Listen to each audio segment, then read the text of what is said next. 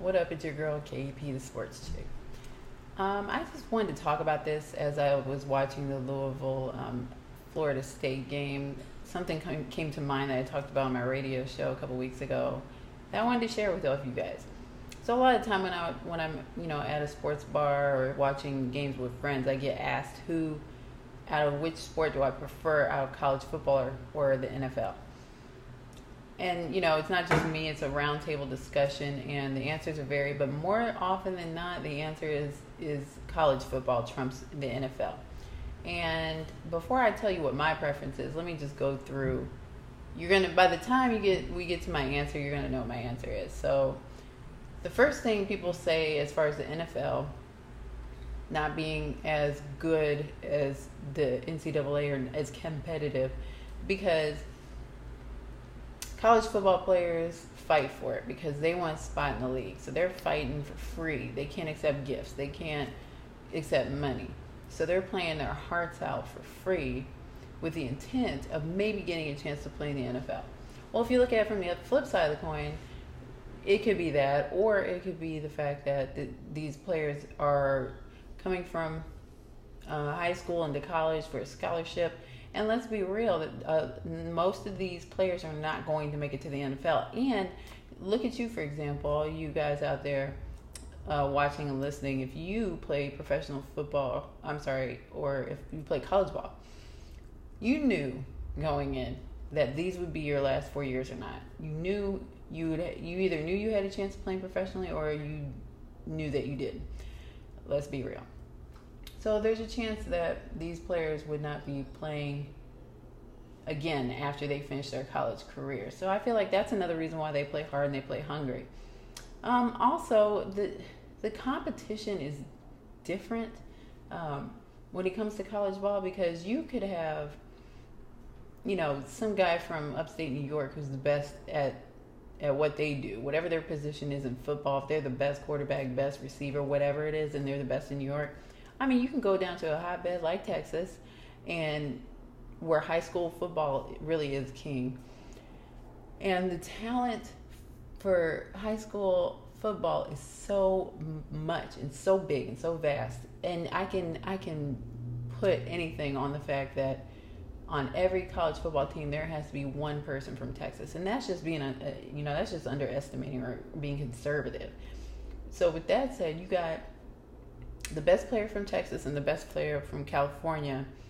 Yeah, when they come into college, they might be the best thing since sliced bread, but it's such a vast field, the college football situation, that it's like you can't ever really determine who's best. So, and then this playoff situation, I just don't understand that. In the NFL, this is how it works.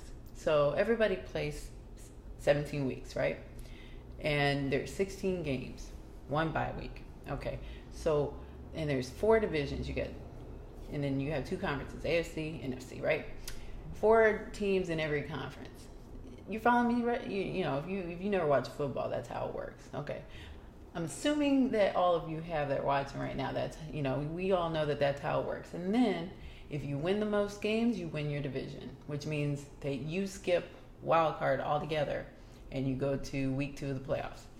And if you don't win first in your division, then you have to go to wild card and then fight for your playoff life to make it to what I call the real playoffs, which is week 2 of the playoffs. So that's how it works. And then if you make it to the second round, you win. You make it to the third round, to the conference final. So then there's the AFC and the NFC conference final. And if you win that, then you're going to the big show where everybody around the world watches. The Super Bowl, it's the pinnacle of the sport. Everybody watches it. Everybody loves it, right? That's how it works. There's no question. It's fair. Everybody knows that when you win the Super Bowl, you are the best in the world. If you look at college ball, what's the system we got? We got all these bowl games, first of all. The real season doesn't even end it actually ends at the beginning of December, but we're not playing all these championship and bowl games until January. So you got the last game of the season, the first week in December, like I said. And then you got these bowl games the week after Christmas. You got the Sugar Bowl, you got the Peach Bowl, you got Tostito Chips Furry Bowl, like you got Paper Bowl, Trash Bowls. You know what I mean? Like you got all these bowls. There was a GalleryFurniture.com bowl a few years back. Like it's just to make money. These bowl games don't mean anything at the end of the day. I take that back. There's a couple that mean something, but for the 3 or 4 that do count, there's like 15 to 20 more that don't. They don't count.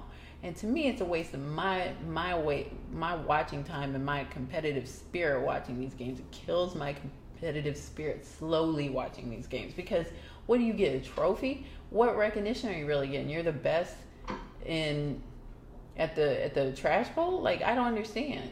And then the ACC championship, like the Fiesta Bowl, the Sugar Bowl, the Peach Bowl, like I get all those are championship games, but these other ones don't mean a thing. And then figuring out how they even get there in the first place, and then is a whole other situation. I don't even get all together. Like, you're picking teams to make the playoffs. Like, it's not determined by their play in that moment. Like the NFL, like they're going off of rankings, the best of, point differential, things like that. Whereas like you're as good as your last game in the NFL in the playoffs. So there's that. It's so definitive in the NFL as opposed to the NCAA. And then the final thing I'll say is that let me just go over a couple scores from this week. And the only reason I'm bringing up this whole conversation is because I'm watching the end of the Florida State versus Louisville game. It's 63-20, y'all. Let's go over some more scores. So Baylor beat Rice. This one wasn't bad, actually. This is probably one of the better scores, which is 38-10. But then you got Houston versus Cincinnati, 40-16. Clemson versus some school I don't even know, 59-0. Ohio versus Tennessee, 28-19. That one is an NFL caliber game. But I guarantee you, it's Saturday today, so games are still going. I guarantee you by Sunday, I'm going to have a whole slew of final standings where the score is 50-0 or 59-10 or 40-12 or 65-18. And I'm not exaggerating here. When's the last time in the NFL that you've seen a game that's, first of all, that's had over 65 points? And if you did, when was the last time that happened? You could probably tell me and you could point it out. But that's what I'm saying. That's not the norm in the NFL. It is in the NCAA. You could probably tell me the last time somebody scored 60 points. A team scored 60 points in a game, but you won't be able to tell me several people did it in the same week. And that is my point. The point differential is so large, and that goes back to what I said earlier about, you have a player that's the best in New York versus the player that's the best in Texas. Yeah, you're going to recruit the guy from New York, but who's to say the dude from Texas didn't have better competition, and he's an all-around better player than the same position dude who claims to be the best in New York? That's the nature of the beast. It's so big a field in college ball that this is how you end up with these lopsided victories. And so for that very reason alone, that to me shows that the NFL has less of a pool of people to choose from or teams to choose from. You have real legit competition. These aren't people just coming from high school into college. These are people who went from high school to college to the NFL. They were chosen in a draft, and now they are paid for their talents. And so at that rate, when people have their money involved, then they want you to perform. And when you are a player that is getting paid, you want to perform. Your whole life turns into working out and being the best you could be at your position. So that, to me, creates the ultimate competition, and that is why we don't see a ton of blowout games in the NFL. And when we do, it's a big news story, as opposed to every week when that's just the final standings for college football. So for me, the answer is simple. NFL is a more complete sport. It's more competitive. It's more definitive. The playoff system is great. It's perfect. There's some rules that need to be worked on, like the whole new touchback at the 25-yard line instead of the 20 in order to prevent people from actually trying to run the ball up. That I have a problem with, and the fact that Goodell wants to take away the kickoff where he's seriously considering it. He's leaving it on the table as an option.